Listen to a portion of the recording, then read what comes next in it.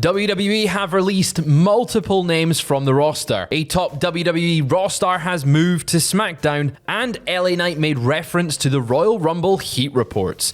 Stay tuned for all the wrestling news. Just overnight, there has been multiple reports from PW Insider and Fightful Select that WWE has released multiple names from their roster.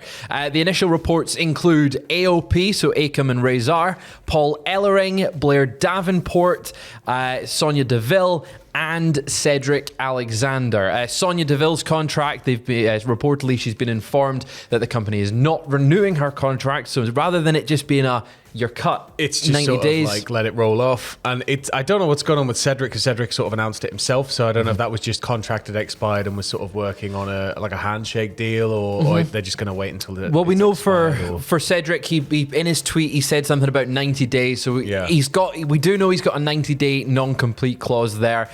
It's very rare to see WWE do a batch release these days. It feels like it's been quite a while since we've seen them. But it's only been like a year and a half, 2 years. So it's kind of it's not quite as sweeping as the last waves have been. But ultimately, it's not too surprising in certain regards. Like Fightful reporting that many backstage saw authors of Payne's lack of TV time alongside Karrion Kross.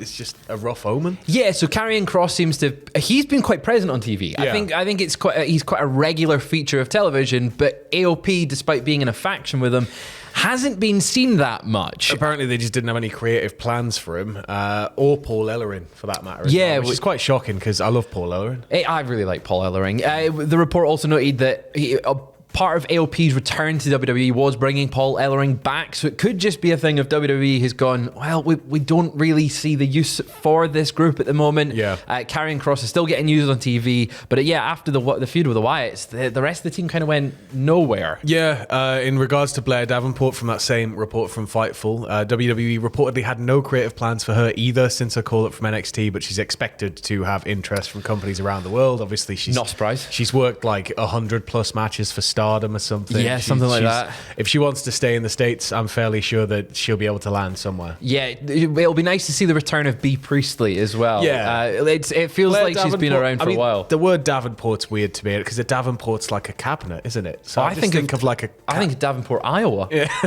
totally different altogether. But yeah, I think she'll definitely land on her feet there. I think she's got a lot of potential. She's still ridiculously young, despite feeling like she's been around for so long, going back to WCPW days. Yeah, it's insane to see how much there's still more left in Blair Davenport. We can reignite the B. Priestley Nixon Newell feud. Oh, we could. Yeah, they're both in the independents now. Yeah, we need to see that. One company needs to book that. The most shocking name here, though, for me has been Sonya Deville. She's somebody that I thought with the company sort of could have done any role potentially. I think when she came back to TV, and she was just an on-screen personality for a while. She was an authority figure. She did really well with that. Obviously, people wanted her to get back in the ring, but I thought that she'd be with the company for a longer time. But again, I think she could just turn her hand to anything now. Yeah, she can kind of do a bit of everything. Yeah. What makes it weird for me is the fact that she is regularly featured on TV as part of the Pure Fusion Collective. She was just in the Royal Rumble. She had the whole group of them. It feels a little bit weird to cut someone. Obviously, it's a we're not going to be renewing your contract. Yeah. She's still got a few weeks left. But it is a bit weird when you're going, the rest of them, right, yeah, they weren't on TV, they weren't being actively used. Sonya was actively being used, and it kind of makes you question, well, what's left for the rest of the group there? One of the other names, though, of course, Cedric Alexander.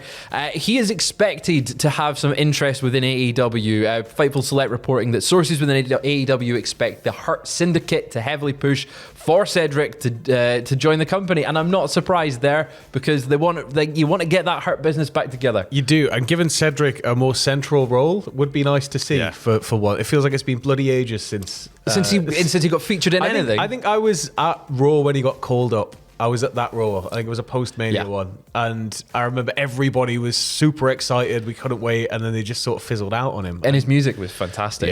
What an entrance Team Cedric Alexander had. I'm fully expecting we'll see Cedric Alexander in AEW at some point once his 90-day non-compete is up. It'll be 90 days from yesterday, so mark that on your calendars. Last night on SmackDown, though, we saw the return of Solo Sikoa. He was returning to the TV for the first time since his loss to Roman Reigns at the Netflix Raw premiere. It's only took him a month. It's only taken him a month to get back to SmackDown, I know, right? Following last night's main event, which saw Cody Rhodes and Jey Uso defeat Jacob Fatu and Tama Tonga, Solo attacked Cody from behind wearing his signature hoodie, the one that everyone goes, who on earth is that? Oh, it's Solo with Sikoa. With the giant Solo Sikoa pants on underneath. Yeah, it's very clearly Solo Sikoa. He hit him with a Samoan Spike right before SmackDown went off the air. Are we going to see another Cody Solo match at Elimination Chamber for the title before potentially? For WrestleMania? I'm quite high on Solo still. Okay. I know a lot of people are kind of a bit wavering. Because Jacob Fatu's right there. Yeah, Jacob's right there, but I think there's still legs on Solo, and I think that he's still central to the storyline right now. Yeah. Unless things change, then I expect Solo to be kind of a major factor in that storyline for at least the rest of the year up to the summer. Up until the summer, yeah. I could definitely see the story being here.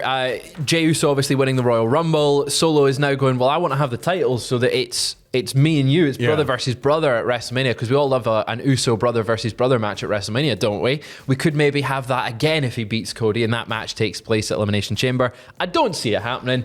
I don't see it at all. Cody Rhodes is taking that belt all the way to I kind of just want either him or Jacob to reform the Samoan SWAT team, though, and just wreck go on everyone. a tear, just destroy the show every week, single person on the roster until they get what they want. Yeah, I wouldn't object to that. Well, staying with SmackDown last night, 2 new names have joined the SmackDown roster. One of them being Alexa Bliss. This was fully expected after a return in her non-appearance on Raw.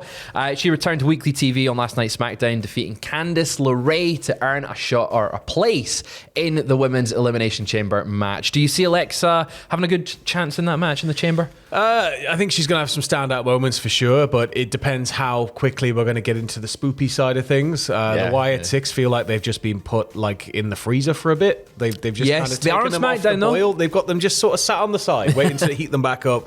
But it feels like that's going to have to sort of get the ball rolling soon, because it's been very kind of, and if we're not having AOP around the Wyatts, and do we want to keep Alexa with the spooky stuff though? I'd rather see her not with the spooky stuff. I would rather just have her have nothing to do with it. Yeah, I know that I'm probably a grouchy old man now, and that fans probably want it, but ultimately, I kind of miss non-spooky Alexa. I prefer non-spooky Alexa. Just let us know in the comments below if you'd prefer to have Alexa Bliss do the spooky stuff or the non-spooky stuff now that she's back on weekly TV. But a big name was also moved to SmackDown last night. Nick Aldis announcing before the show that Drew McIntyre is now a member of the SmackDown roster. It was announced he'd be facing LA Knight and Jimmy Uso in a triple threat match in an Elimination Chamber qualifying match, which of course he won. Drew McIntyre won. He won it. And it was a lovely spot to finish it. LA Knight had Jey Uso in, I can't remember, I've lost the name of his finisher now, in the thing where he's got them in this thingy, the cravat. The LA Knight down. I forgot the name of the move now.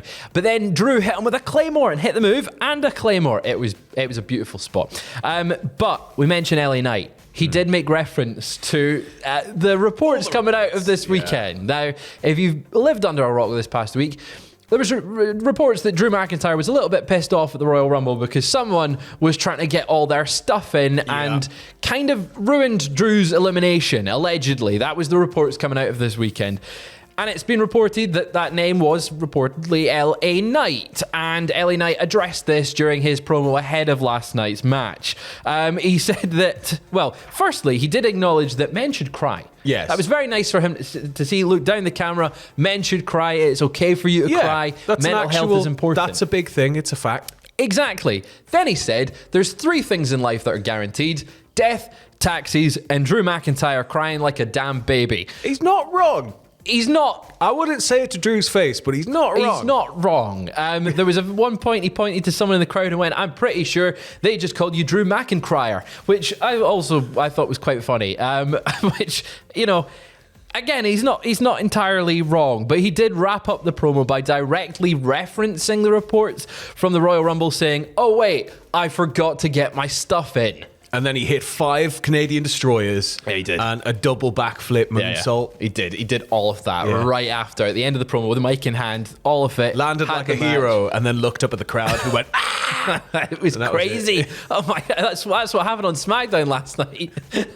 I'm excited to see whatever LA Knight does next. I do kind of want them to pivot, though, from this Damian Priest match that looks to be set up for WrestleMania. Give me Drew LA Knight. Drew Knight is something that I think I can get behind. I can sort of passively watch Priest wrestle anybody. So for me, I would much rather they sort of slowly whittle away at a bigger storyline for Priest, because that's where I'm most invested in him. Yeah, for sure. Whereas Knight and Drew, not that Knight and Priest wouldn't, but Knight and Drew are going to knock 7 shades of poo out of each other. They are, and Drew is going to have a hell of a time destroying him on social media throughout. So that's exactly why I want to see it. It would be a lot of fun. So I don't know. Let us know in the comments below if you'd rather see McIntyre versus Priest or McIntyre versus Knight at WrestleMania. I know which side I'm on. But anyway, that is all we've got for you just now. We'll be back later on today with more wrestling news. Go and enjoy a coffee. We will see you later on.